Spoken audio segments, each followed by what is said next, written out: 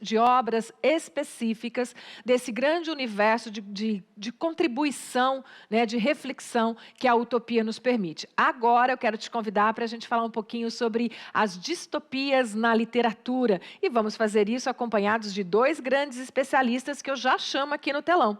Nós vamos conversar com o Daniel Lameira, que já deve estar aqui com a gente, e também a Aline Valek. Daniel, Aline, oi! Maravilha tê-los aqui, super alegria da gente poder compartilhar esse nosso salão de ideias, falando sobre um pouco da distopia. Não sei se vocês tiveram a oportunidade, mas caso não, dá uma olhadinha lá nas nossas redes sociais, porque a gente trouxe bastante bate-papo, né? Daniel, inclusive, nos ajudou, indicando pessoas, foi super sinérgico essa nossa parceria.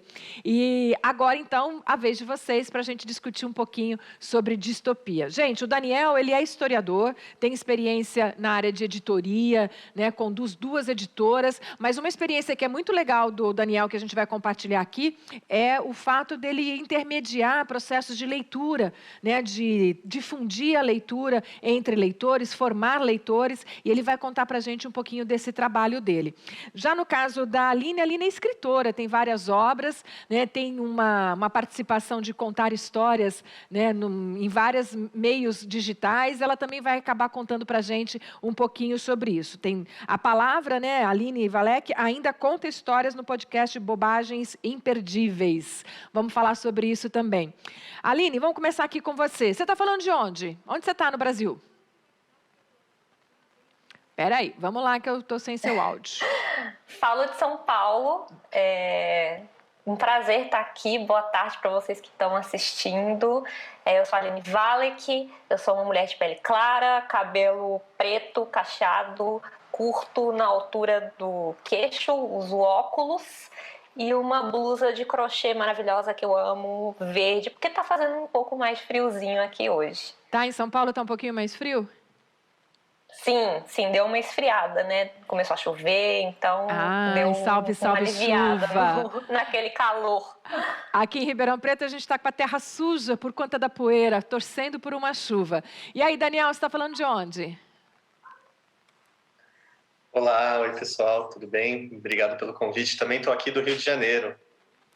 Que bom. Tá um clima mais agradável, acho que aqui do que em São Paulo, pelo que eu tenho ouvido dos colegas. Daniel, vamos começar com... desculpa, faz a sua autodescrição. Isso. Tá bom. Sou um homem de pele clara, também uso óculos, cabelo longo preso no coque, barba e uma camiseta preta dos Beatles. Maravilha. Daniel, vamos começar por aí, já que você já está com a palavra.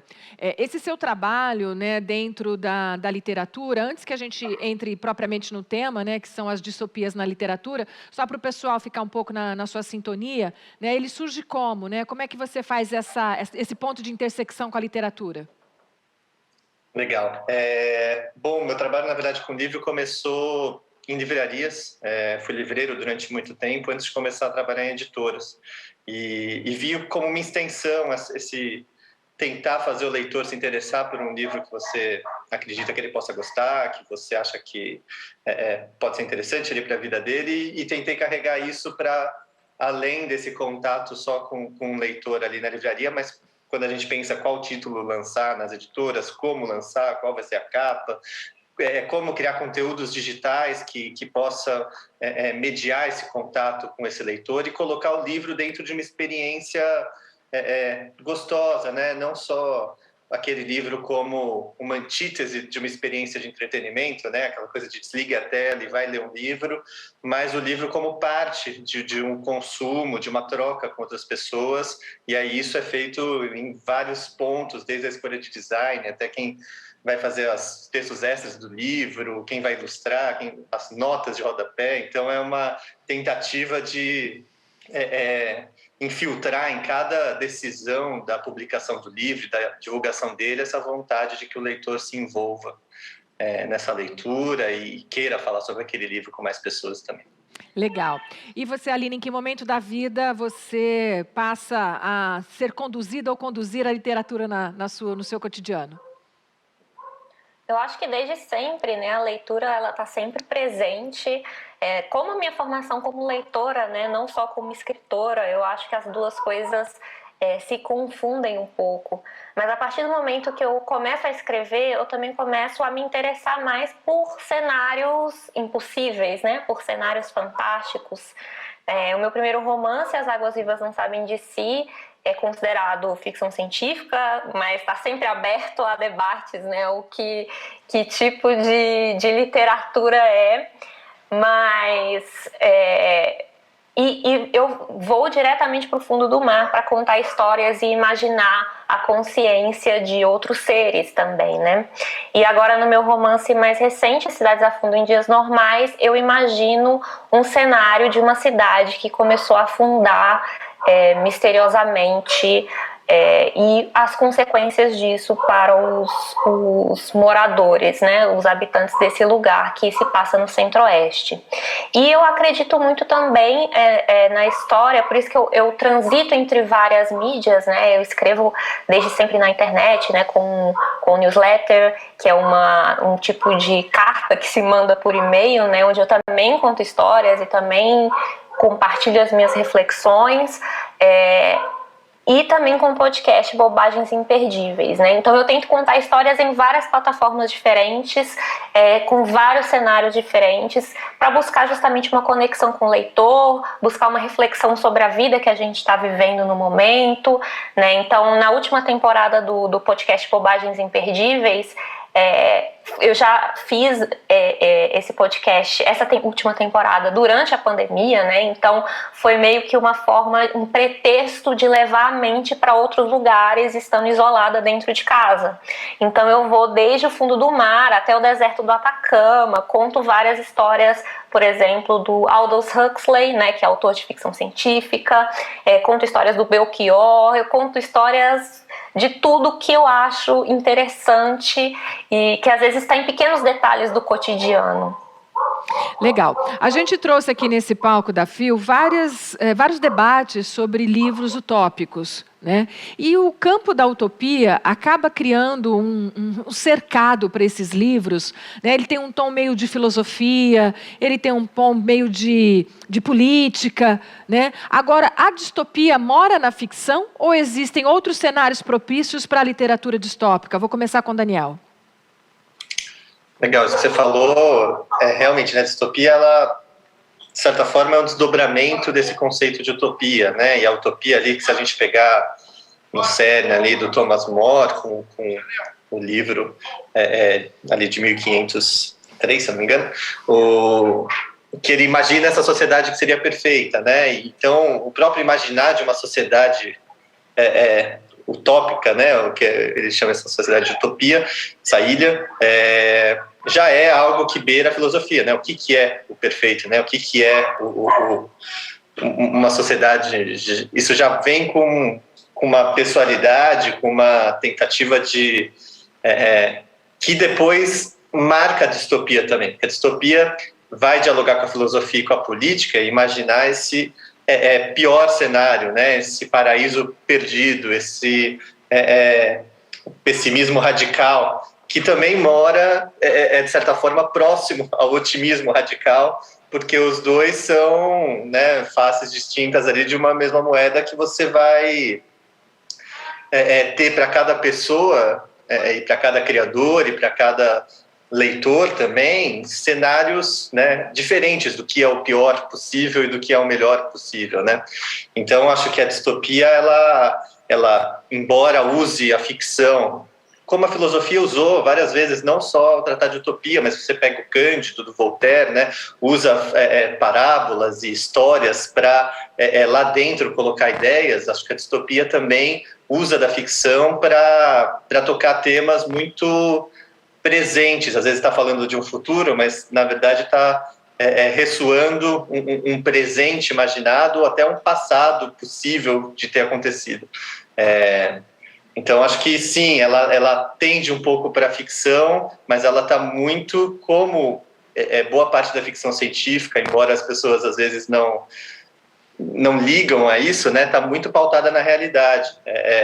A Ursula Le Guin, que é uma escritora de ficção científica, que acho que tanto eu quanto a Aline adoramos, ela tem uma frase que ela fala que a fantasia e a ficção científica é quase mais real que o realismo, assim, né? Porque você não consegue tratar no realismo possibilidades do que a Aline, por exemplo, estava falando, né? Dessa consciência extrapolada, e se isso está acontecendo no espaço, se está acontecendo no futuro, etc. Na verdade, aquilo é muito real do sentimento e talvez um avatar mais claro até do que dá para expor em palavras e letras um sentimento, ou um medo, ou um pessimismo, como a gente vai falar aqui.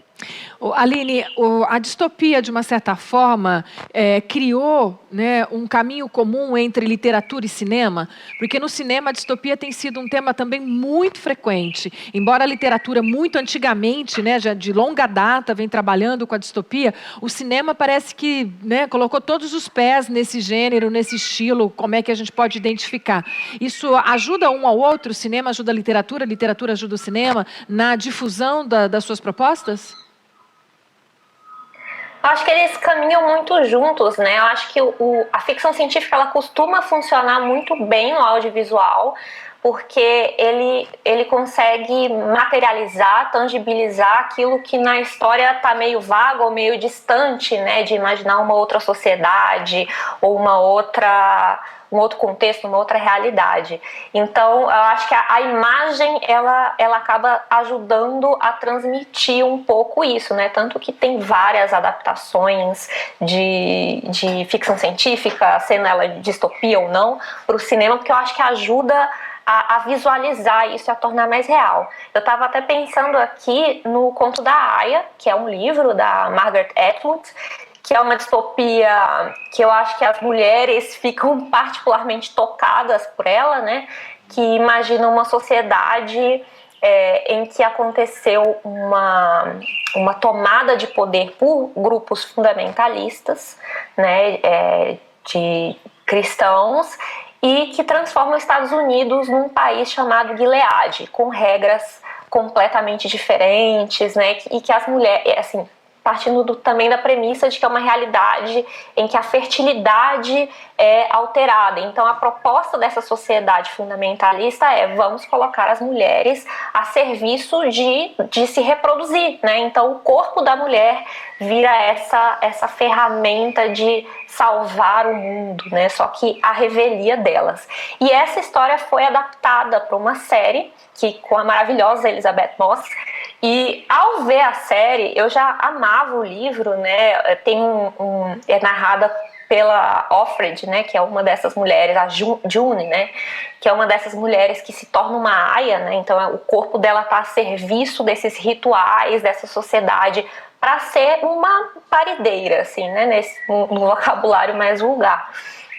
E a série me levou a pensar, porque a série, assim, tangibilizou todos os elementos dessa história, né?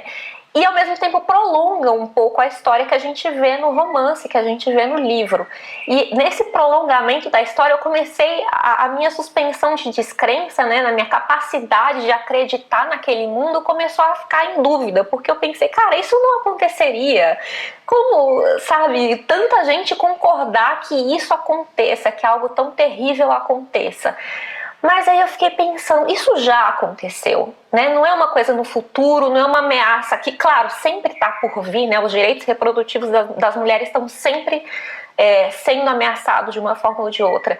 Mas isso já aconteceu em contextos reais, né? Eu fiquei pensando como essa história também conversa com uma outra, que não é ficção científica, é real, né? Que é Persépolis, da Marjane Satrapi, que ela conta como foi a época da revolução, da chamada Revolução Iraniana, né? Quando um grupo fundamentalista também chegou ao poder, e isso mudou dramaticamente a vida das mulheres, né? Que passam a ser obrigadas a viver de acordo com aquela religião, né? Então, talvez esses recursos visuais, tanto a Persépolis também foi adaptado para o cinema, né? Então, os recursos visuais talvez ajudem a trazer esses cenários imaginados para mais perto e mostrar como eles não são tão distantes assim da realidade, né, que a gente vive.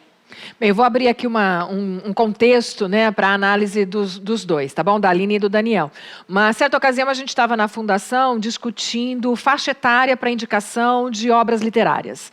A gente estava tentando definir, para desenhar um projeto, né, que livro que vai para qual faixa etária. E ali a gente começou um embate, porque a percepção de dos grupos que estava debatendo era qualquer livro, qualquer idade pode ler. Ele pode ter alcances diferenciados. Aí começamos justamente porque a gente estava falando de velhas e novas utopias, né, isso foi bem recente, a gente estava começando pela utopia mesmo do Thomas More. E aí o nosso debate era mais ou menos assim, ok, se eu tiver 12, 13, 15, 16 anos, né, e eu for fazer a leitura, primeira vez da utopia, eu posso simplesmente fazer uma leitura de uma viagem de navio até uma ilha onde tem vários personagens e eu posso ter esse meu entendimento, né, de uma história que está sendo narrada. Se eu tenho uma bagagem muito maior, eu vou começar a fazer isso com uma reflexão de um país mais socialista, vou fazer uma conexão de algum contexto mais comunista e eu vou poder fazer uma leitura política. Ou seja, a bagagem do leitor permite que ele faça leituras específicas,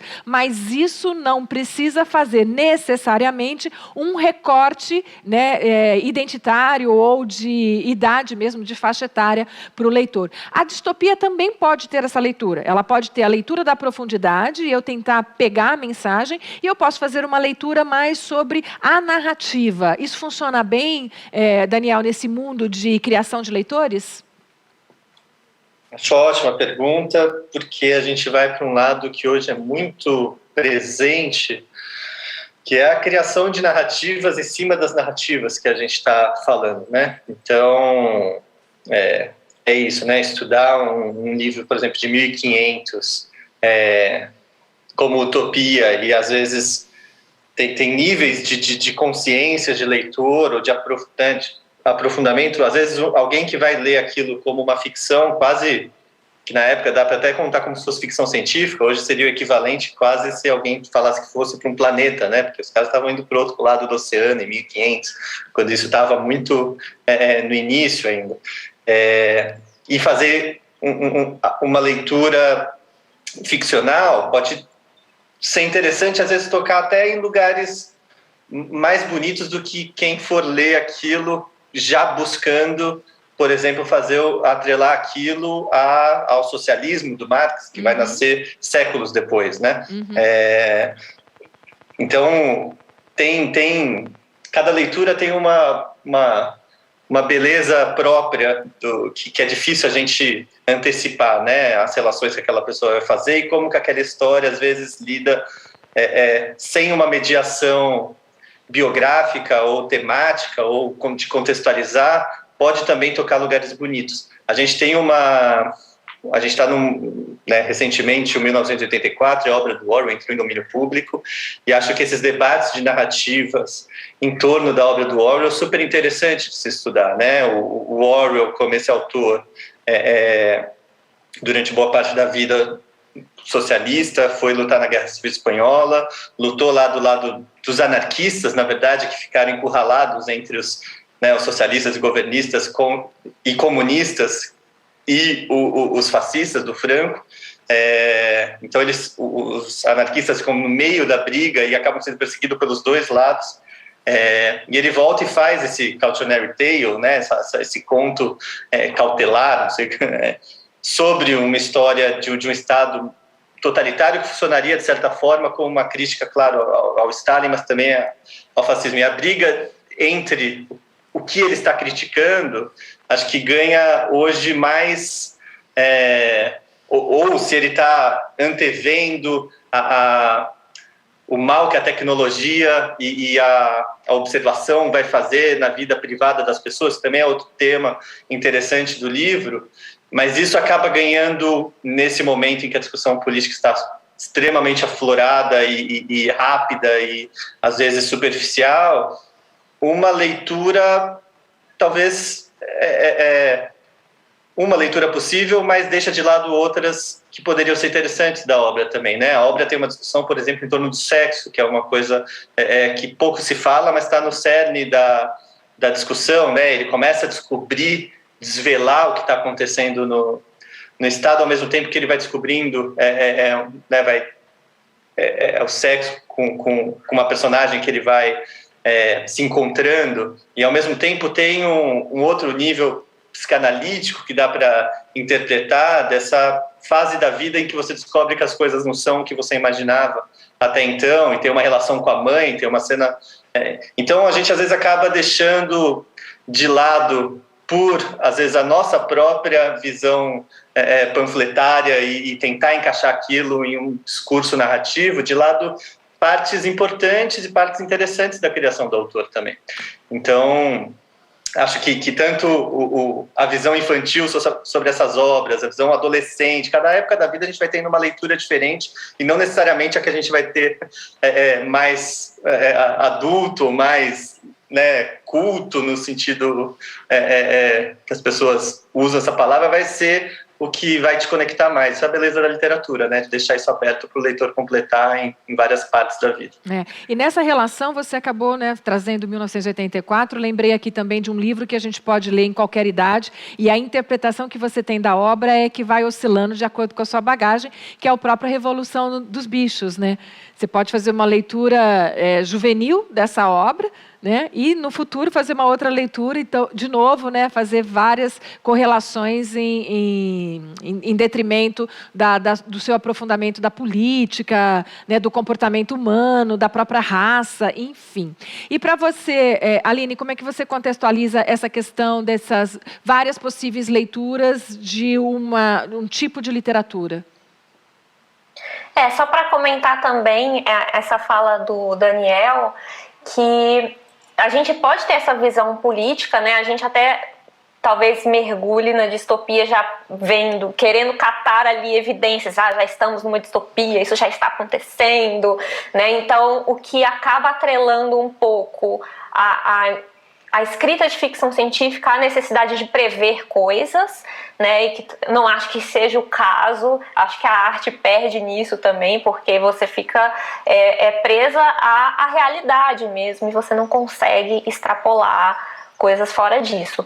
Mas além da leitura política, que sempre é possível, mesmo numa obra que não pareça nada política, sempre é possível tirar conclusões disso, mas é o vínculo que a gente cria com o personagem, né? Que é o condutor da história, com quem a gente cria o nosso laço emocional e que vai conduzindo a gente. E no cenário de distopia, que é normalmente um mundo dramaticamente diferente, ou opressivo, ou com várias restrições, a gente pode ver, né, como que o personagem lida com aquilo. E quais outras questões também que o personagem tem, que às vezes não se resume ao cenário, né? Eu acho que talvez essa leitura de distopias não precisa ficar só presa ao mundo, né? Que a gente fala de distopias e de ficção científica, qual que é a premissa desse mundo? Mas tem um personagem inserido ali e que ele toma decisões, muitas vezes equivocadas, né? E a gente vai observando ele errar e se relacionar com os outros personagens, e isso também tira uma riqueza de como a gente lida com o mundo real, né? De como, sendo ele distópico ou não. Então, no final das contas, a gente quer se conectar com pessoas e ouvir histórias de pessoas, né? Mesmo que seja... Eu estou pensando aqui num outro livro da Margaret Atwood, que é Oryx and Crake, que é uma distopia que basicamente a humanidade acabou, né? E tem um único sobrevivente até o momento. Eu não li toda a trilogia, mas até o momento um sobrevivente que está meio que andando sobre os fragmentos dessa sociedade. Então, em vários momentos, ele é muito solitário, né? Ele está sozinho, né?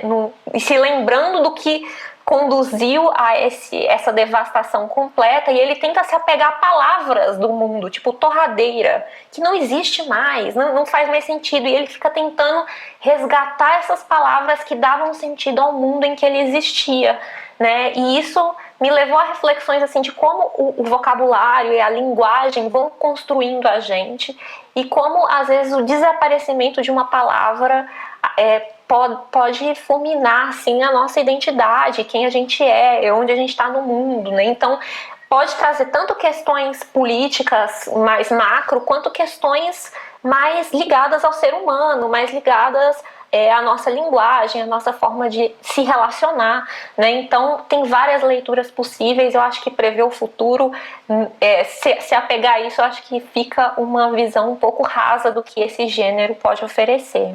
Bem, eu tenho mais Adriana, pode falar, Daniel. Pode falar. Imagina.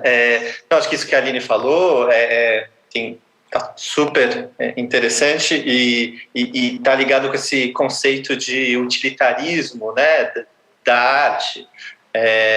Então, a distopia acho que ficou um pouco refém disso, né, de ela ser útil. Olha, está debatendo aqui, quando você lê exatamente, o Zamiatin está falando aqui da Revolução Russa e isso aqui traz isso aqui. O Orwell está falando disso, o Huxley está falando daquilo. E isso acaba deixando tudo num debate superficial. Se a gente for trazer, por exemplo, para o Laranja Mecânica, que é essa distopia que né, desse grupo, para quem não conhece, né, esse grupo de rebeldes, uma gangue ultraviolenta que faz ações muito, né, não só questionáveis, mas horrorosas, né, de violência, e desse personagem que vai para uma espécie de lobotomia promovida por esse Estado. Esse livro foi censurado, né, o filme também, né, foi censurado inclusive aqui no Brasil pela ditadura, pelo incômodo, de certa forma, que ele traz, né, mas no fim é esse incômodo que acho que faz a gente querer se mexer. E aí tem esse outro lado da distopia, que acho que contemporaneamente está muito ligado ao cinema, de uma pasteurização, um uso comercial desse ambiente distópico, que é quase distópico, de você pegar esse universo da distopia e usar de uma forma rasa e quase... falar não é adolescente, né? Mas é quase uma propaganda de refrigerante adolescente, às vezes, sabe? Que é complexa também, né? Porque se a gente pensa nessa distopia como o pessimismo completo, e que no fim de muitos desses livros você sai devastado porque você está esperando aquela volta do herói e ele não te dá isso, né? Ele te dá o afundamento desse herói.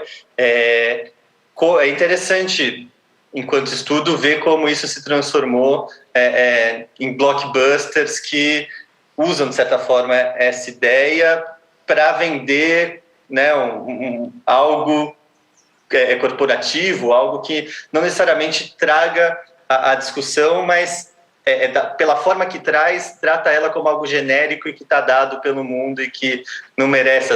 Isso é uma opinião própria, claro, eles podem fazer o que quiser, né? Acho que tudo isso é legal, me divirto com um monte de filme, mas acho que interessante como a distopia virou esse grande boom, blockbuster, e que às vezes não toca em questões que tocou durante o último século algumas obras literárias. Daniel, se eu puder só arriscar uma hipótese sobre isso que o Daniel falou, né, de como esse boom da distopia e como ficou tão comercial isso, porque, óbvio, as pessoas estão buscando isso. Eu acho que uma hipótese que eu arrisco é porque a gente está vivendo um momento de ansiedade generalizada, assim, né, uma geração ansiosa. E o que é distopia? Essa escalada de um pensamento de tipo, o que pode dar errado? Isso é a cabeça de um ansioso, né? O que pode dar muito errado? Então, é o uso dessa imaginação para cenários catastróficos. Então, eu acho que isso encaixou, assim, um pouco com essa geração que a gente está vivendo. Mas aí também é completamente uma hipótese que eu estou arriscando aqui da minha cabeça. E até esse exemplo da Deixa Apple eu só avisar vocês dois que a gente está ao vivo. Eu tenho algumas perguntas, tá? Da plateia virtual. E eu quero interagir aqui também com eles. Desculpa, mas é muito rápido. Mas é só esse exemplo da Apple usando 1984 como propaganda, né? A propaganda mais famosa da Apple é o 1984, que talvez fale exatamente do que a Apple está vendendo, né? Então, como fala, paradoxo que existe contemporaneamente quando a gente fala dessas obras. Maravilha, olha só, o Tiago Lacerda está acompanhando aqui com a gente, ele diz o seguinte: ficção distópica é quando você pega coisas que acontecem na vida real para populações marginalizadas e as aplica a pessoas com privilégios. Seria legal ouvir deles uma opinião sobre esta frase. Os dois, por favor, podem revezar aí no comentário para o Tiago. Perfeito, eu acho que a visão que a gente tem de distopia, que agora a gente está dizendo muito, a gente está vivendo uma distopia, mas distopias, assim, saindo um pouco do campo da ficção, né, e a gente imaginar um pouco na realidade histórica, sempre esteve acontecendo distopia para alguém, né, e eu acho que isso é importante até deixar o conceito tanto de utopia quanto para distopia, porque a utopia para alguns é a distopia para tantos outros, né?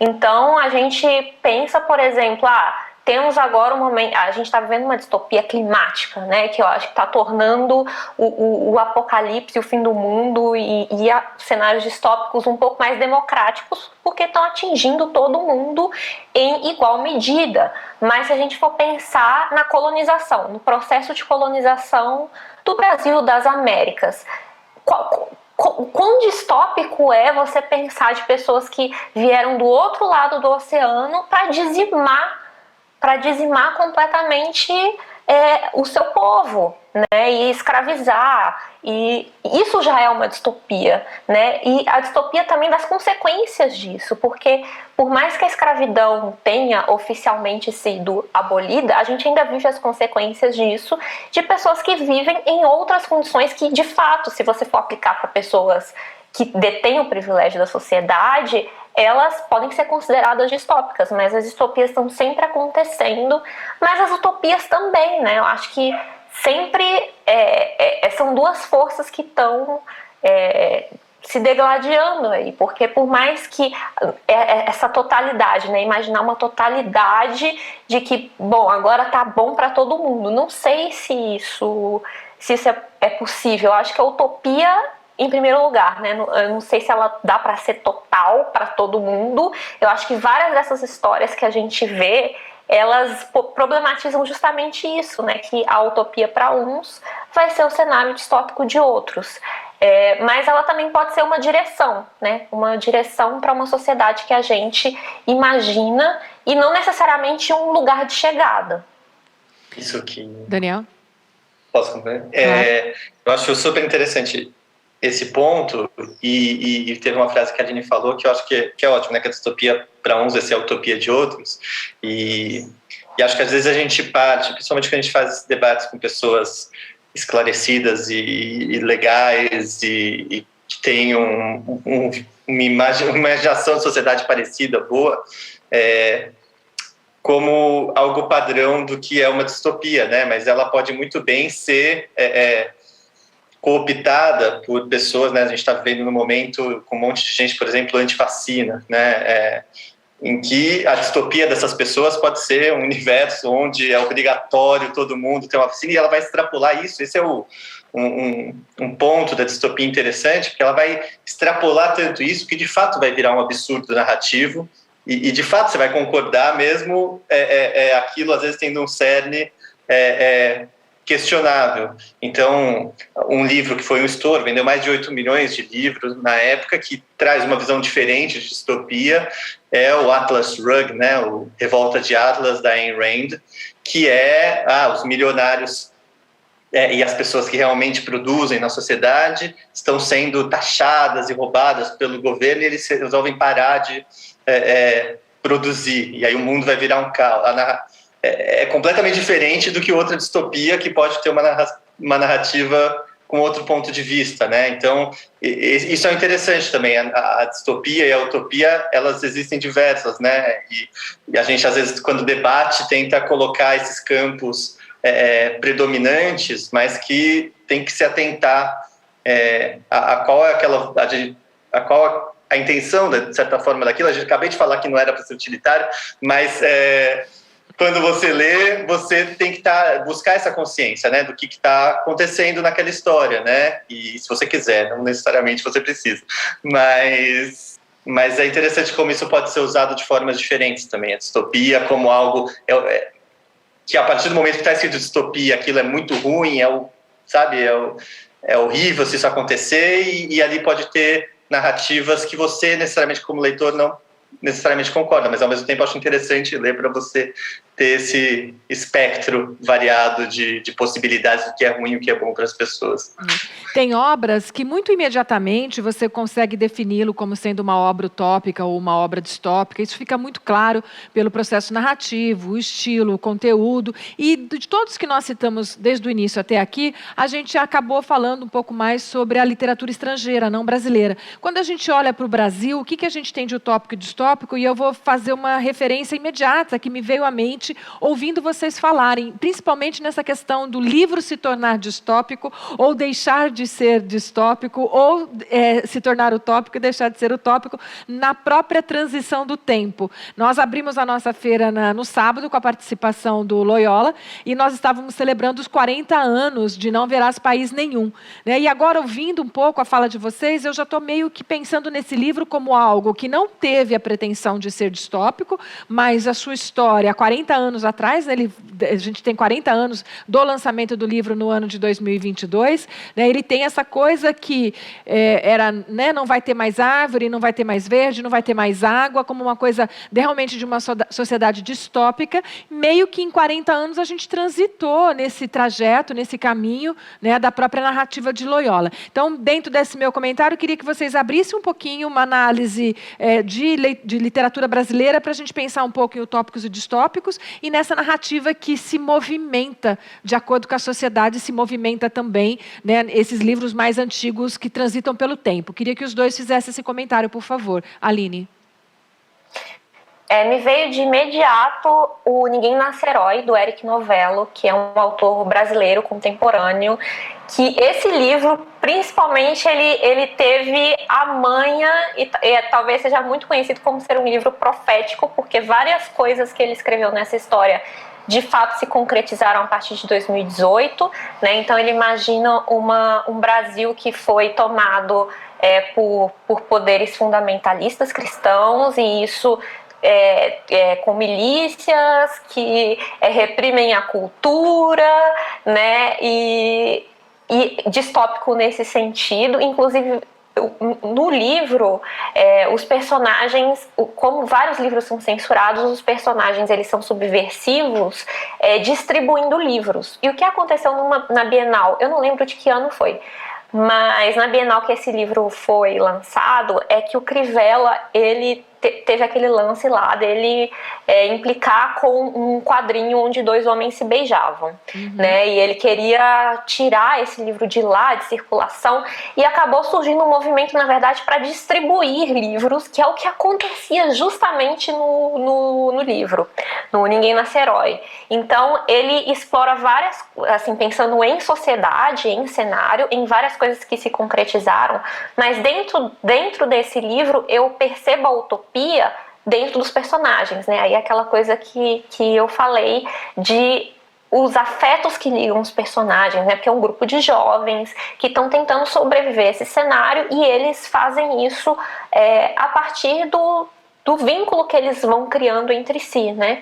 Então, até lembro de uma frase do Freud, não vou lembrar se essas são as palavras exatas, né? Mas ele fala que o afeto, criar laços de afetos, tem efeito contrário à guerra, né? Então, eu acho que o livro do Eric é perfeito nesse sentido, porque mostra não só esse cenário assim, desolador, e que em muita medida refletiu de fato o que está acontecendo no país, mas ele é carioca, e no Rio de Janeiro eu acho que você tem um contato mais, né, com essa surrealidade da coisa. Mas também apresenta essa solução como o afeto e com essas relações de amizade e de amor que vão se criando entre os personagens. Daniel. Legal. Eu acho que a gente, por estar vivendo num momento pesado, socialmente, politicamente, hoje muitas utopias acho que têm essa intenção, e acho de ver alguma saída nisso, né? De mostrar que o mundo é assim e falar, não, putz, como que a gente combate isso? E outro livro que me lembrou também, além do Eric, que é um livro incrível, é o livro do Felipe Castilho, que tem algo mais trazendo para a fantasia, que é o Ordem Vermelha, e é um livro também de uma sociedade de várias raças que vive na última cidade que existe no mundo, e ela tem uma forma de um panóptico, né? Então ela tem essa visão centralizada, e tudo que você faz, tudo que as castas e os escravos fazem é observado por essa rainha Una. E aí você vai vendo essa sociedade começando a se questionar sobre se a forma de governo ali totalitário é benquista. E o Inácio de Loyola é um autor que eu acho que deveria ter mais atenção hoje do público. Ele tem outro livro também que é incrível, que é o Zero, que também, né, dialoga com algo de distópico ali naquela metáfora ficcional que ele usa. E, vou sugerir para as pessoas, talvez eu possa até falar para o pessoal deixar disponível, porque hoje está só no livro, mas na edição da Antofágica, que a gente editou, do 1984, o Inácio escreveu um texto falando sobre como foi para ele ler 1984 na época, e como aquilo inspirou ele a escrever as obras dele. Então, dá para fechar o ciclo. Eu vou falar com o pessoal da Antofágica para deixar esse texto disponível para todo mundo depois, e aí eu mando para vocês. Super legal. Voltando, então, para esse conceito da própria literatura distópica, a gente pode compreender essa leitura como uma leitura de camadas. Um livro distópico, ele é um livro de camadas, onde você vai se aprofundando, se quiser. Se não quiser, você fica ali na superfície da história. É mais ou menos essa formatação que um livro distópico tem, Aline? Não, sim, tem essa possibilidade de várias leituras, né, que a gente comentou aqui, de tanto ir para o macro quanto ir para o pessoal. E agora eu lembrei de outro exemplo, de uma autora que o Lameira citou agora há pouco, que é a Ursula Le Guin, para ilustrar um pouco essa ideia da utopia dentro da distopia, que eu acho que é uma outra camada também, né? Ou talvez a distopia dentro da utopia, que chama A Curva do Sonho. Né? É uma história não necessariamente distópica, né? Porque ela parte de um princípio fantástico de um cara que tem sonhos, e os sonhos dele alteram a realidade. Quando ele percebe isso, ele quer se curar, ele quer parar com isso, porque ele não quer mexer na realidade, né? E ele encontra um terapeuta que acaba querendo induzir sonhos nele para alterar a realidade, tipo, fazer ele sonhar com coisas boas, né? Com uma sociedade perfeita, para assim conseguir transformar a realidade. E o que vai acontecendo na história é que essas alterações que o sonho dele vai causando, assim, né, resolve um problema. Por exemplo, vamos induzir um sonho nele para acabar com o racismo. Quando ele acorda, não existe raça, não existe, as pessoas todas são cinzas, né? Não existe distinção de cor entre as pessoas. Mas isso gera outros problemas, né? Então, isso vai mostrando como dentro de ideias que se pretendem utópicas, também pode acarretar grandes tragédias, né? Principalmente em ideias que são meio totalizantes, né? Vamos resolver esse problema para todo mundo do mesmo jeito. Isso, e acho que várias distopias entram nessa questão, né? Talvez por isso até esse clichê, esse trope, né? Vamos dizer assim, de governos fundamentalistas sejam tão usados, né? Porque é justamente isso, não vai todo mundo agora viver de acordo com essa ideia. O que vai acontecer a partir de então? E aí os escritores de ficção científica têm esse trabalho de mostrar, talvez não seja tão boa ideia assim para todo mundo, né? Então esse foi um outro exemplo que eu lembrei para ilustrar isso. E eu acho que tem a distopia, eu acho que ela vai desdobrando várias camadas dentro de si mesma. Daniel, tem um distópico entre todos os distópicos mais distópicos ainda? Que difícil. Eu acho que tem essa série de livros ali que são o cânone né, o Nós do Zamiatin, acho que é um importante, que inspirou tanto Huxley quanto Orwell a escreverem os seus, né, Admirável Mundo Novo e 1984. Tem o Bradbury com Fahrenheit, acho que o Laranja Mecânica, acho que esses 5 livros, e a Margaret Atwood, acho que são os livros que são obrigatórios, talvez, obrigatórios é bobeira, mas que são indicados para quem acho que quer conhecer a obra. Tem você falou dessa coisa das camadas, e tem um autor que eu gosto muito, que era inclusive conterrâneo e contemporâneo da Ursula, que é o Philip K. Dick, que ele escreve os Sonhos Androides com Ovelhas Elétricas, que inspirou Blade Runner. E ali eu acho interessante porque ele foge um pouco dessa trama recorrente nessas obras, que é o personagem, uma pessoa comum que percebeu que esse mundo está organizado desse jeito e vai tentar combater isso ou sair disso e eventualmente não consegue. E ele dá esse universo distópico como dado, e você vai acompanhar um detetive meio tosco tendo que conseguir dinheiro caçando alguns androides, e ele vai te entregando camadas e camadas, é isso, de interpretação. Os animais não existem mais, só que as pessoas querem ter um animal elétrico, que aquilo dá um status para eles. A mulher desse personagem está numa máquina de indução de sentimentos coletivos, em que ela se auto-coloca ali uma depressão. Então, acho que os bons autores de distopia, ou que usam esse universo distópico, trazem sim camadas de leitura, né? O Neuromancer com William Gibson também. E agora a gente está vivendo, acho que um momento histórico único, seja com a pandemia, seja com esse capitalismo de plataforma, empresas valendo trilhões como nunca valeram antes, a força do Estado talvez sendo a menor desde ali de meados do século passado, a crise climática. Então a gente está num momento em que acho que a gente vai começar, né, o mundo digital em si, a imaginar novas distopias mesmo, né? Eu acho que essas distopias que são esse cânone que a gente imaginou ainda reverberam hoje, mas tem muitas novas e fortes, infelizmente, para a gente ler e escrever nos próximos anos. Aline, para você, o que está no top das suas leituras distópicas? Ursula Le Guin, Margaret Atwood, eu acho que são as principais. Eu pensei aqui num outro exemplo, na verdade vem do cinema nacional, que é Divino Amor. Não sei se vocês já viram. É um filme protagonizado pela Dira Paz, dirigido pelo Gabriel Mascaro, e que traz também essa ideia, né, de um Brasil futurista, em que tem também um governo fundamentalista e os direitos reprodutivos da mulher também entram em cena. E aí o que o Daniel falou que eu achei interessante é que uma coisa comum nas histórias é que normalmente tem um personagem que é uma pessoa comum, que percebe que está vivendo nessa distopia e tenta combater. E essa personagem da Dira Paz, na verdade, ela é parte do sistema, né? Ela é uma evangélica que trabalha num cartório e que tenta, na verdade, dissuadir os casais que estão indo pedir divórcio a não se divorciarem, né? Porque o certo é o marido e mulher ficarem juntos para terem filhos e tal.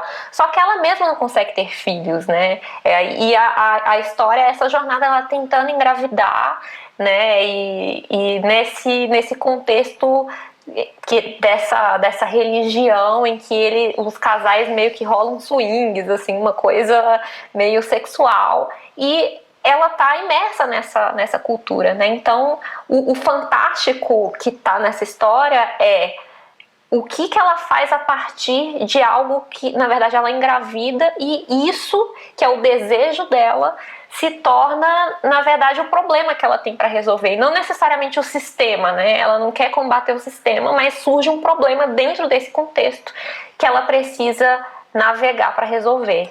Então, eu acho que tem várias leituras disso e realmente como o personagem se situa nesse contexto é interessante também, né? De que não necessariamente ele vai querer lutar contra o sistema, às vezes o problema dele é outro. Adriana, acho que tem um que é importante a gente citar também, só para não deixar passar, que é o 3%, a série da Netflix. Verdade. Foi a primeira série brasileira da Netflix, que talvez seja a distopia brasileira de maior sucesso de público, né? Foi mundial, né? Foi sucesso em vários países, e é uma distopia que também fala de reprodução, né? Também fala de uma elite que vai ter acesso a algo que as outras não têm. Você tem que passar por uma coisa meritocrata. Então, acho ela muito contemporânea, e ela conseguiu fazer esse link para o popular de uma forma muito efetiva, que não ficou só no nicho, né? Como outras que às vezes a gente gosta, mas que chegou em muita gente de fato. Eu não sei se é correto dizer que a literatura distópica chega a ser um gênero. Acho que é um absurdo, assim, de dimensão, colocar ela como um gênero. Mas ela precisa cumprir características para poder ser identificada como uma leitura distópica, como uma literatura distópica, Daniel? Adriana, eu vou te falar que eu odeio a divisão entre gêneros na literatura, assim, No geral, né? Eu acho que a gente perde, às vezes... Por exemplo, a gente podia estar falando de Kafka aqui, né? Eu estou editando agora uma nova edição do Processo, e aquilo é a coisa mais irritante, pior possível que eu consigo imaginar. E aí fui ver o filme do Wells, e ele é completamente também, né, sufocante. Aquilo é muito distópico também, né? Se a gente pega alguns surrealistas, se a gente pega o próprio Vonnegut também, às vezes a gente deixa de ler algo porque ele está caracterizado como ficção científica. Isso a gente passa muito na Aleph, tentando convencer pessoas que de ficção científica é mais do que só robôs ou navinhas e ETs. Pode ter isso, claro, mas se você quiser, tem obras ali tão profundas, né? Ursula Le Guin é comparado a um Dostoiévski em profundidade de escrita, assim. Então, eu acho que as pessoas vão identificar como distopia essa coisa do Estado, de algo totalitário, e esse personagem combatendo isso. E né, o personagem de 1984 também era parte, né, do Ministério da Verdade. Ele ficava lá mudando os nomezinhos das coisas, né? Então acho que isso virou o conceito comum do que é uma distopia. Mas eu acho que se a gente transbordar isso, transcender essas limitações, a gente vai conseguir encontrar elementos distópicos no José Faleiro, vai conseguir encontrar elementos distópicos em fantasia, em realismo, e isso pode dar umas leituras mais interessantes para a gente do que, às vezes, colocar nas gavetas que não tinha uma definição, uma definição comercial, uma definição de venda, assim, né? Que isso existe para você comentar, mas acho que quando a gente vai para um lado interessante de ler isso artisticamente, acho que as histórias, os personagens acabam sendo mais importantes do que esses tropes, assim. Alguns estilos, alguns recursos, características são absolutamente necessários, Aline, para que a obra tenha, então, esse lugar de distópica?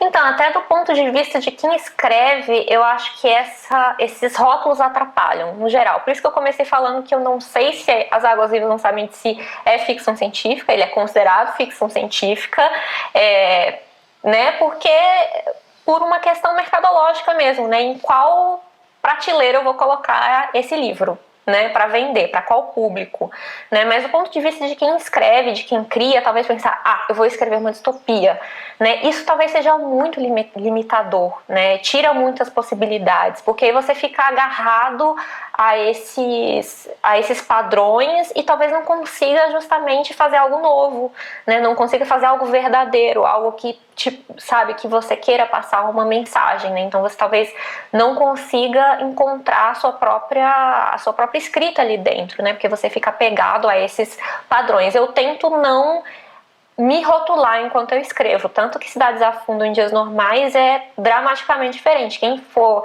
esperando que eu sou uma escritora de ficção científica e só escrevo ficção científica, talvez se decepcione, porque Cidades a Fundo em Dias Normais tem uma pegada completamente diferente. Eu acho que é a mesma coisa para esses autores que a gente está citando aqui, né? Não são necessariamente, escrevem sempre distopias, né? Então, até você falou Kafka, às vezes ele vai para o fantástico, às vezes ele vai para o absurdo. O Machado de Assis também já escreveu de tudo, assim, né? Do fantástico à ficção científica, a realismo. Então, assim, o rótulo, eu acho que ele muito atrapalha, tanto para quem escreve, às vezes até para quem lê, né? Às vezes parece que é uma forma de aproximar o leitor da obra, mas às vezes o leitor para diante de uma obra que é ficção científica e se assusta. E não, eu não gosto de ficção científica. Sendo que a maioria das pessoas consome histórias de ficção científica, né? Principalmente na TV e no cinema. Então, às vezes, o rótulo ele é muito limitador de onde a gente pode ir como criadores e que mundo a gente pode explorar também como leitores, né? Então, a gente está aberto a todo tipo de leitura, é uma postura mais interessante para descobrir coisas fora do nosso radar também, né? Das coisas que a gente consome normalmente. E é até legal a gente virar um pouco a atenção para o leitor, né? Eu estou tentando desenhar algumas coisas enquanto vocês falam. Em termos de literatura, eu não consegui imediatamente fazer uma associação com uma distópica, mas uma utópica. Lendo República, por exemplo. Uma coisa foi eu ler República pela primeira vez e depois foi eu seguir uma leitura guiada. Aí você fala, eu não vi isso, mas isso não estava lá. Não, imagina, não foi isso que eu li. Mas peraí, a gente está falando de livros diferentes. E aí você descobre essas várias camadas no livro que tem um pouco a ver com a maturidade do leitor, com a bagagem que ele carrega. E no cinema eu lembrei de Matrix também. A primeira vez que eu assisti Matrix, eu tive uma interpretação. Aí comecei a ouvir pessoas a falarem sobre a Matrix. Não, mas o Matrix, você viu isso? Mas assim, qual você vai escolher? Você vai escolher a vermelha e tal? Eu falei, gente, eu acho que eu não assisti o mesmo filme. E aí voltei para assistir o filme. Então, o leitor é uma grande personagem também desse processo da escrita, de toda a escrita de uma certa forma, óbvio, mas como a gente está meio focado na distópica, vamos ficar por ela. Ele é um personagem também nesse receptivo da obra entrega pelo autor, não, Daniel? Eu acho que completamente. É o fator mais importante, praticamente de consumo ali da obra, e aí é uma responsabilidade grande e acho que complexa, dá um debate completamente novo de como que a gente editorialmente leva essas obras ao leitor, né? O que uma capa induz ao leitor, que falar que aquele livro que um texto de quarta capa, e como você, que é uma vontade que eu tenho muito grande, tenho grupos de debate sobre isso, que é como você mostra e é quase um debate sobre fake news, de certa forma, como você mostra para o leitor que a forma que aquela obra está chegando dele tem um viés. É impossível não ter um viés, né? Mesmo ela com uma capa só com um título e um texto chapado que já induz alguma coisa. Ela publicada por uma editora, né, o 1984 que a gente estava falando, publicado pela editora do Olavo de Carvalho, vai dizer uma coisa, publicado pela outra editora vai dizer outra. Uhum. Então, acho que tem uma responsabilidade do mercado editorial de preparar o leitor para entender o mercado como um todo, como que eles recebem essas histórias, algo que acho que em outras frentes, no cinema, é um pouco mais claro de qual, né, se está vindo pela HBO, se está vindo pela Netflix, se está vindo a forma como aquilo é vendido. As críticas de cinema passam por isso, mas a crítica de literatura ignora. E acho que isso vem de as editoras não estavam acostumadas a falar com o leitor, né? As editoras falavam com a livraria e falavam com o jornal. E faz uma década praticamente, que as editoras agora têm que falar com o leitor. Então, isso dá uma responsabilidade e possibilidades completamente novas. Na Antofágica, a gente tenta deixar isso, por exemplo, muito claro nos textos que acompanham a obra. A gente coloca uma videoaula nas obras, a gente tem um grupo de Telegram que a gente fica falando tem 3.000 leitores da Antofágica lá, e a gente explica. Eles falam, putz, eu não gostei dessa capa, ou eu acho que esse livro tinha que ser mais... A gente lançou, por exemplo, O Médico e o Monstro, e a gente lançou com ilustrações do Adão, um artista e quadrinista, ilustrações bem inesperadas para a obra. São colagens de revista com rabiscos, e muita gente que esperava que aquela obra fosse com as ilustrações vitorianas, sei lá. E ali falar sobre isso, falar, pô, mas o que isso traz de leitura? O que isso possibilita de novas leituras da obra? Essa não é a única leitura possível, mas também a de ilustrações vitorianas também não é. Então, acho que debater em torno da forma editorial é algo que poderia estar mais presente no dia a dia dos leitores, e acho que eles agora, essa nova geração, tem muito interesse nisso, em pensar a obra narrativamente, mas pensar a obra também com que ela se conecta. Coração das Trevas, falar dele hoje, sem falar de racismo, sem falar de colonialismo, sem falar de loucura, é difícil. Então, se o editor promove esse debate, acho que pode ser interessante também. Não sei se eu respondi sua pergunta ou se eu tergiversei para outro lado. Mas... Não, eu acho que é por aí mesmo. Aline, você como leitora, né, você tem já os seus preferidos, né, autor que você já leu várias obras, então você já tem um pouco da trajetória do autor, o estilo do autor, e aí às vezes você se convence muito rapidamente para abrir um livro novo porque você tem referencial. Quando você não tem esse referencial, né, como é que se dá, né, essa sua interatividade com um livro que você está acessando pela primeira vez? Né, eu queria, a partir do seu desenho, tentar também desenhar o leitor de uma forma geral, né, como é que é esse contato, né, com uma primeira obra, né, de quais são as curiosidades que você tenta sanar na hora que você está buscando a leitura, o quanto te impacta o livro, o título, né, como é que se dá esse seu acesso a uma obra inédita para você, de um autor inédito para você? Eu acho que é impossível pensar o livro, a experiência do livro, tanto para quem escreve quanto para quem edita, sem colocar o leitor no processo, porque eu vejo o leitor, e talvez isso é um pouco diferente do que a experiência do consumo diz, né? De que o leitor ou espectador, ele tem um papel passivo. Eu já tenho a ideia de que a leitura é uma atividade criativa, né? Enquanto você lê, você cria, né? E por isso que eu disse no início que a minha formação como leitora se confunde com esse meu início como escritora. Porque enquanto a gente lê, a gente já está, de certa forma, criando junto com o autor, né? A gente está criando junto com a proposta dele, e eu gosto muito dessa visão de que o autor também deixa lacunas para o leitor fazer essa tarefa criativa, né? Senão, não teria... os próprios autores, que são leitores em primeiro lugar, eles não... as obras, elas não teriam essa conversa que acontece, né? Então, as coisas que eu leio acabam se infiltrando naquilo que eu escrevo também. Então, realmente pensar o leitor dentro desse processo em que ele vai explorando e vai... Então, assim, o autor não tem a resposta pronta, ele não tem a resposta definitiva do que é aquela história. É a partir do momento que o leitor também se enxerga nisso, com esse papel de eu também estou criando aqui, né? Eu também faço parte desse mercado, né? Não só dessa experiência de leitura, mas do mercado literário, né? O leitor é essa parte essencial, porque ele também vai construir novas histórias e vai impulsionar a partir disso. Então, não sei nem se eu respondi a pergunta, eu acabei indo por um outro caminho, mas é importante a gente entender que o leitor está inserido, ele não é apenas alguém para empurrar uma história ou para vender o produto e ele vai receber esse produto passivamente, né? Existe uma conversa, existe um diálogo, assim como na literatura eu acho que essa conversa acontece num tempo um pouco mais longo, um pouco mais amplo, de obras conversando umas com as outras e que a gente consegue perceber isso lendo de fato, né? E vendo, nossa, essa história aqui tem uma conexão com a outra, igual a gente está fazendo aqui, como que essas histórias conversam, né? Agora que eu percebi também que várias distopias têm funcionários públicos como personagens principais, né? Então é interessante ver como essas costuras acontecem e... Ai, desculpa, meu gato tá batendo na porta aqui. Eu já ouvi um cachorro, agora tem um gato. Mas é isso. Maravilha.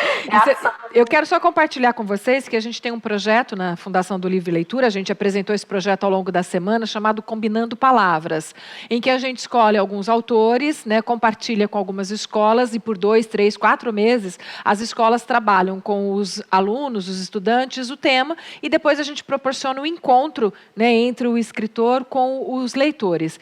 E essa já é a nossa 5ª edição, foi muito evidente nessa edição, mas nas outras edições do projeto também, quando o autor se surpreende com a interpretação do leitor. Porque a juventude, que é, né, o público-alvo desse projeto, ela vem aqui desprovida de qualquer pudor, no sentido de interpretar corretamente ou não, de usar vocabulários corretos ou não, para poder introduzir o pensamento dele sobre a obra. E essa liberdade do estudante acaba impactando o escritor. Por isso que todos os escritores que saem do projeto Combinando Palavras saem muito felizes. Lembro de uma frase da Alice Ruiz, que disse assim: esses meninos e meninas entenderam mais a minha obra do que muitos críticos literários brasileiros de renome, porque eles têm essa coisa do não tem que ser assim, né? Pode ser do jeito que eu quiser, essa liberdade de interpretação. Então, muitos autores testemunharam aqui exatamente isso. Olha, nem foi esse lado que eu fui, mas agora que eu te ouvindo falar, me parece tão claro, né? Essa descoberta junto do leitor. Acho que isso ilustra um pouco a fala de vocês dois sobre esse momento. Aproveitando, Daniel, a sua experiência, né, como um agente cultural que propicia interlocução entre autores e livros, né? Dentro dessa sua experiência quase pedagógica, né? Quase didática, não é a pegada, mas essa coisa de fomentar o universo da leitura, da literatura. Em algum momento, pensando um pouco nessa didática, né, do prazer da leitura, e eu estou chamando bem de prazer mesmo, tem obras que você entende que precisam ser primeiras do que as outras? Né? A própria Aline falou, tem uma coisa assim, olha que está correlacionada, tal. Então, dentro dessa leitura, eu vou só intensificar para não deixar nenhuma dúvida. Eu já ouvi professor dizer assim, que pena, pedir para o meu aluno ler Machado de Assis, pedir para o meu aluno ler Érico Veríssimo, Sertões, e ele despertou, não quer mais ler, porque é difícil, ele não entendeu, ficou frustrado, então acha que a literatura não é para ele. Então, o que eu quero dizer? Tem literatura errada, em momento errado, indicar errado, uma primeira, depois a outra, senão não faz sentido e você se perde, ou a liberdade da literatura deixa isso tudo no chão? Ótima pergunta aí que eu acho que, já que a gente está falando de distopia, eu tenho uma visão muito contrária à autoridade de impor algo a alguém. Isso, inclusive, na leitura, né? Você, mesmo editando clássicos, né? A Antofágica é uma editora que tem, né, publica Machado de Assis, publica diversos clássicos, mas eu acredito que a gente tem que ir para esse lado que você falou, de mostrar que essas obras são interessantes, são legais, e instigar as pessoas a quererem ler. E se elas não quiserem, tá tudo bem. Se elas não quiserem ler, eu tenho essa visão, se elas não quiserem ler nenhum livro, também tá tudo bem. Se elas quiserem consumir histórias de outras formas, eu acho que essa obrigatoriedade do livro, e aí vai pela obrigatoriedade do clássico, e você fala, se você não lê isso aqui, eu já vi colegas do mercado literário andando com uma eco bag que fala, não seja burro, leia um livro. A pior propaganda que você vai fazer para as pessoas lerem é você chamar ela de burra se ela não lê, não faz sentido nenhum. Então, eu acho que assim, todos nós estamos aqui porque essas obras tocaram a gente, a literatura tocou a gente em algo humano, algo profundo, e é isso que a gente tenta dividir. Eu acho que muitas vezes uma visão só academicista atrapalha de gerar esse interesse nas pessoas. Essa visão sabe, desliga a TV e vai no livro, atrapalha em gerar interesse das pessoas. Então, eu sou muito a favor de colocar os livros no universo que faça sentido. Para mim, por exemplo, quando eu li Harry Potter, moleque, me fez muito sentido entrar no Mirk, né, nas salas de bate-papo, conversar com pessoas do Brasil inteiro sobre aquilo e fazer amizades. Então, a leitura, para mim, sempre foi algo muito coletivo, muito de troca, muito de ouvir o outro, e de falar, e de criar em cima daquilo outras experiências. Tem um monte de gente que fazendo fanfic, que é algo super interessante. Então, eu acho que tem um livro do Todorov, só para não parecer que eu estou... chamada Literatura em Perigo, que ele fala muito disso, né? Da gente colocar as escolas literárias como algo principal no aprendizado da literatura, e não o prazer de sentir a história, é algo nocivo à própria existência da literatura. Eu odiava literatura na escola, no colégio, odiava, não lia nada, tinha raiva de literatura, porque me era apresentado assim. E só fui descobrir o prazer disso tudo quando eu fui trabalhar em livraria e vi os outros livreiros apaixonados pelos livros e querendo trocar aquilo com leitores, com pessoas. E ali eu comecei a falar, caramba, isso aqui é muito bonito e muito profundo. Eu queria promover isso mais, né? Isso, agora, 15 anos depois, continuo tentando promover isso mais. Mas é uma tentativa muito humilde, muito respeitosa, de não... forçar as outras pessoas, de não tentar falar que aquilo é obrigatório. Isso a gente discute no marketing da editora, a gente discute na forma que se publica livros. Quando a gente vai falar de Kafka, eu lembro, foi o nosso primeiro livro, Metamorfose, ilustrado pelo Mutarelli. Tinha um pós-fácil que dizia, Kafka, vírgula, que dispensa apresentações. Eu falei, não vai dispensar apresentações, porque pode ser o primeiro livro do Kafka que a pessoa está lendo e ela pode querer ser apresentada aqui. Então... E é curioso, porque normalmente quem replica essa visão elitista da literatura, excludente, sacralizada, são pessoas, às vezes, com ótimas intenções, que têm uma visão muito bonita do mundo, mas que acaba replicando algo que afasta a literatura e as histórias das pessoas. Então, eu acho que a distopia é um meio do caminho que conseguiu romper um pouco isso, porque é algo que é interessante para um público geral, algo que não é tão mal visto pelos críticos, igual às vezes é a ficção científica ou é a fantasia. Então, ela conseguiu furar um pouco a bolha e chegar nas pessoas de forma massificada, né? Não à toa, 1984 é o livro mais vendido aí nos últimos anos em diversos países, como algo para jovens, algo interessante.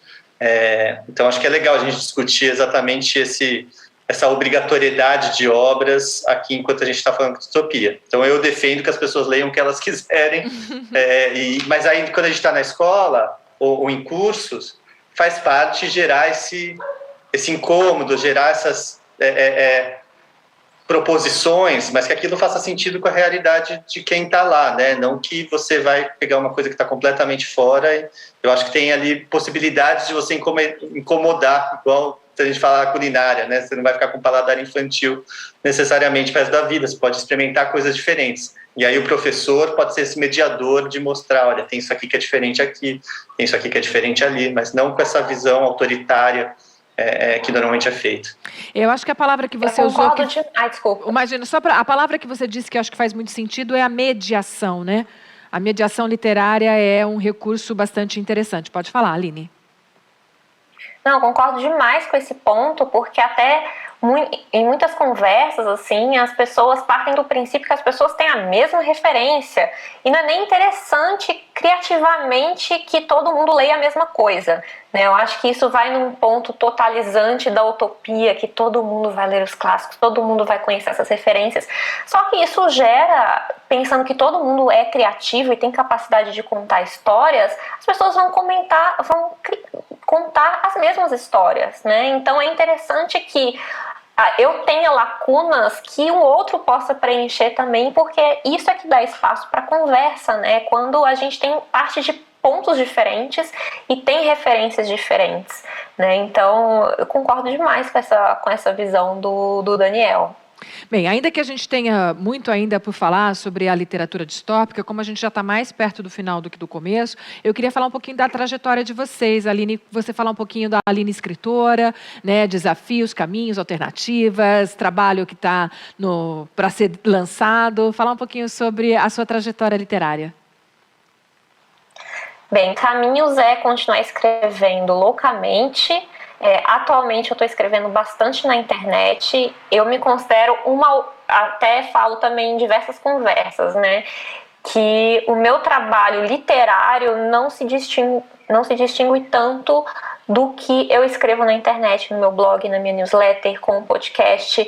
Então, acho que todas essas formas são formas de contar história e eu tento passar as minhas verdades ou as coisas que eu observo, né? Então, acabei de lançar agora um e-book que se chama Neuroses a Varejo. É uma coletânea de contos protagonizada por mulheres. Não são, assim, contos distópicos, mas são contos de cenários bem absurdos em que cada personagem tem que enfrentar a sua própria neurose, que é, vamos dizer, impossível, mas às vezes tem um pouco de ligação com a realidade também. E eu gosto muito de histórias curtas, né? Por mais que eu tenha 2 romances publicados, eu gosto desse formato de histórias curtas, tanto para ser um entretenimento, né? Também vejo como isso de preencher a vida daquela pessoa. Penso muito no leitor como parte do meu processo, na entrega do leitor, né? Na entrega do que eu faço para o leitor. Então, a conversa com os meus leitores também é muito importante para o que eu escrevo, né? Tenho até os meus apoiadores, que a gente está sempre conversando no nosso grupo exclusivo, e que eles que me permitem também publicar de forma independente e constante, como eu faço na minha newsletter Uma Palavra e com o podcast Bobagens Imperdíveis. E os meus romances estão aí. O Cidades Afundam em Dias Normais é o mais recente, que saiu pela Rocco. e que retrata essa cidade no meio do Centro-Oeste, que foi onde eu cresci, né? Então eu trago muitas referências próprias, tanto das coisas que eu vejo, das pessoas que eu conheço, e misturo nesse liquidificador na velocidade máxima até ficar tudo meio irreconhecível nesse caldo de ficção, que eu acho que é o lugar talvez mais seguro ou o mais interessante para a gente contar a verdade. A hora que você usou a expressão escrever loucamente, eu saí daqui e fiquei imaginando alguém meio que possuída pelas palavras, alguém que escreve a qualquer momento. É mais ou menos esse a sua rotina, Aline? Exatamente. Escrevo loucamente, escrevo inclusive para falar. Parece que podcast é uma coisa que a gente fala, mas o meu podcast é totalmente baseado na escrita, né? E é um experimento que eu tenho feito também, o podcast, para escrever um pouco mais como se fala. Porque eu acho que a oralidade, por mais que pareça que a gente tem tantas tecnologias e tem livro, que é uma tecnologia, né? Também, mas a voz e conversar é sempre um veículo para a gente contar histórias também. Então, ele tem sido também uma experiência literária no sentido de que eu tento escrever mais parecido com o que eu falo. É um grande ilusionismo, porque e quando eu gravo o podcast, parece que eu estou falando da minha cabeça, mas eu já escrevi tudo aquilo lá. Então, é uma experiência nesse sentido também. Legal. Daniel, e o Daniel editor, está trabalhando em que projetos? Conta um pouquinho do seu momento literário para a gente compartilhar com quem está na nossa companhia. Legal. Bom, eu indico antes do meu trabalho o da Aline, porque eu também sou fã do trabalho da Aline, ouço um podcast, ela tem um curso que ela não falou que é incrível também na Doméstica, de escrita. E, bom, o meu trabalho vocês podem encontrar e ele está muito em torno dessa investigação do que é editar, né? Como que você transfere a parte da narrativa em estética, em comunicação, em produto. E aí vocês podem acompanhar tanto na editora Aleph, a LPH, que é uma editora de ficção científica, quanto na Antofágica, uma editora focada em clássicos da literatura. E, paralelo a isso, eu tenho um curso que eu dou, às vezes, que chama A Vida do Livro, e que, embora não esteja com turmas abertas, eu abri um canal no Telegram chamado A Vida do Livro, está lá no meu Instagram, que eu discuto lá, todo dia eu mando notícias, então essa vontade de ficar falando sobre o que está acontecendo no mundo editorial, no mundo dos livros, eu coloco lá para a gente debater. Então, quem quiser está convidado a entrar. Bem, os dois falaram sobre cursos, eu quero aproveitar aqui esses minutos finais. Aline, tudo se aprende na literatura ou tem características que as pessoas precisam necessariamente ter, mesmo que seja a curiosidade, né? Mesmo que não seja alguma coisa de repertório literário, mas existe algum ponto comum entre o escritor ou tudo é possível e passível de ser ensinado e de ser aprendido? Inclusive, ótima lembrança do Daniel Lameira, do meu curso na Doméstica, em que eu trato justamente disso, de como cada pessoa, com o seu repertório, com as suas possibilidades, com a sua própria rotina, consegue criar e contar histórias. Então, não acho que existe um pré-requisito necessário para ser escritor, né? Eu acho que você falou uma palavra perfeita, que é a curiosidade. E quando a gente está movido por um tema que interessa a gente, que apaixona a gente, né? Que a gente tem um vínculo de afeto, e talvez por isso os personagens apontam essas direções, né? Que tipo de personagem me interessa perseguir? A curiosidade talvez seja a principal característica para alguém que quer escrever, que é alguém que quer contar histórias, né? E todo o resto, acho que referências, livros, vai de cada pessoa, né? Vai daquilo que funciona para cada um. Mas todo mundo tem essa capacidade dentro de si. E dentro dessa questão da literatura distópica, melhor não sentar para escrever uma literatura distópica. Melhor sentar para escrever e venha o que vier, e aí a gente vai meio que encaminhando para um lado ou para o outro. Meio que resumindo o que a gente falou aqui um pouquinho antes. Exato, tem que partir de dentro, tem que partir da emoção, do que te compele a escrever, porque para escrever um livro, você precisa passar muito tempo convivendo com aquela história e com aquele personagem. Depois que o livro é lançado, inclusive, você tem que conviver com ele por muito tempo, falando dele, ouvindo falar dele.